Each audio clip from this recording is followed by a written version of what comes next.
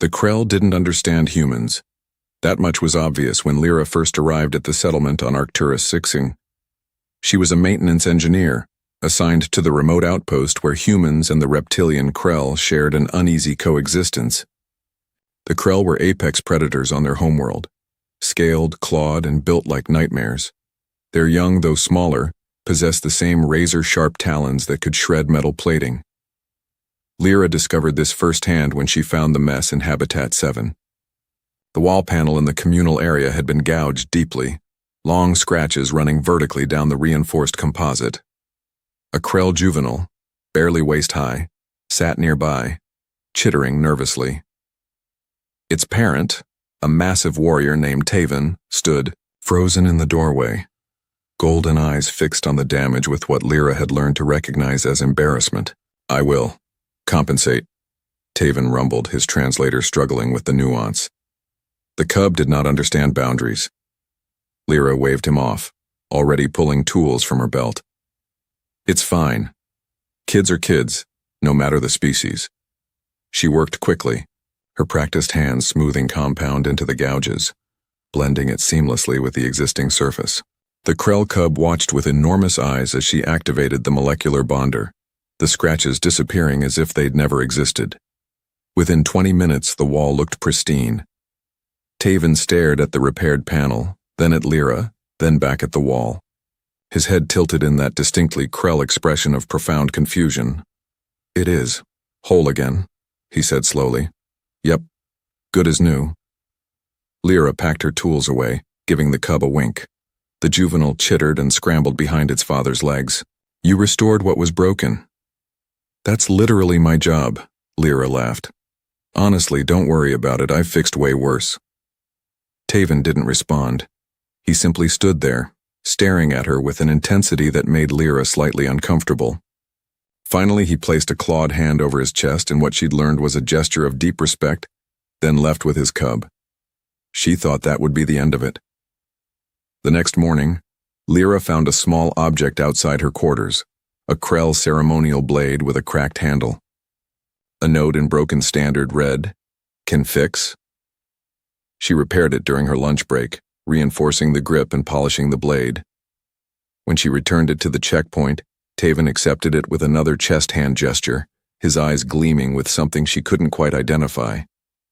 2 days later, she found 3 more items: a damaged datapad, a child's toy with a broken joint, and an ornamental chest with a shattered clasp. By the end of the week, there was a line. Krell warriors, scouts, and civilians queued outside her workshop, each carrying something broken. Ancient family heirlooms, weapons, tools, decorative items, things that ranged from genuinely valuable to utterly worthless. They waited patiently, silently, watching her with those unblinking golden eyes. Commander?" Lyra called her supervisor. "I think we have a situation." Commander Reeves arrived to find 20 Krell standing in perfect formation outside the maintenance bay, each holding damaged items like offerings. "What the hell did you do, Chen?" "I fixed a wall." It took a cultural liaison 3 hours to explain. The Krell, Lyra learned, were a warrior species that valued strength and conquest. On their homeworld, broken things stayed broken. Damaged weapons were discarded. Scarred armor was a badge of honor, never repaired.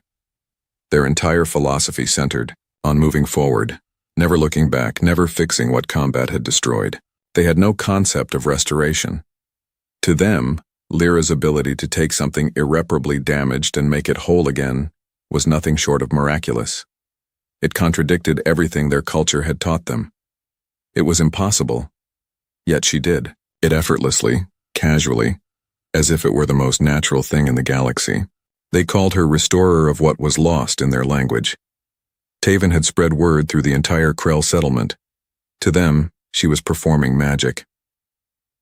"They think you're some kind of shaman," Reeves said, rubbing her temples. "This is going to be a diplomatic nightmare. I'm just an engineer. To them, you're a miracle worker who challenges their fundamental worldview. Just be careful, okay? And maybe charge them something so it feels less like worship." Lyra established a system. She'd repair items during her off hours accepting nothing but a promise from each Krell. Teach her something about their culture, their history, their people. The exchange was awkward at first, warriors unused to teaching trying to explain concepts they'd never questioned.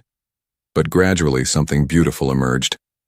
Taven became her most frequent visitor and, eventually, her friend.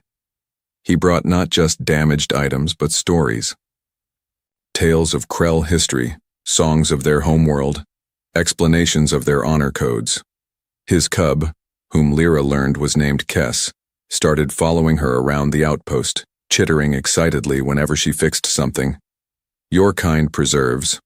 Taven observed one evening as Lyra worked on restoring an ancient Krell battle standard, its fabric torn and faded. Mine only destroys. That's not true, Lyra said without looking up. You build ships. You raise families. You create art.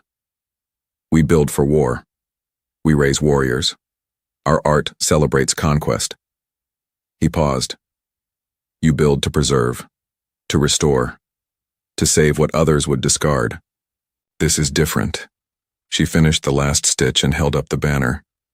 In the light, the ancient symbols gleamed, vibrant once more. Maybe that's what makes us good allies, she suggested. You move forward. We remember. You protect. We preserve. Together we're stronger. Taven took the banner with reverent care, his claws gentle on the restored fabric. When he looked at her, his eyes held something beyond respect. Understanding, perhaps. Recognition.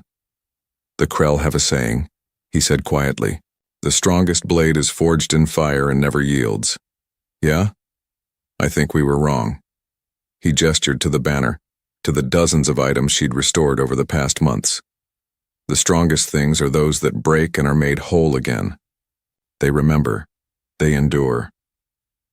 6 months later, when hostile forces threatened the outpost, it was Taven's warriors who fought with equipment they'd previously have discarded. Repaired weapons, restored armor, shields Lyra had made functional again. They fought not just to conquer but to protect what could be preserved. And when the battle was over and new damage littered the settlement,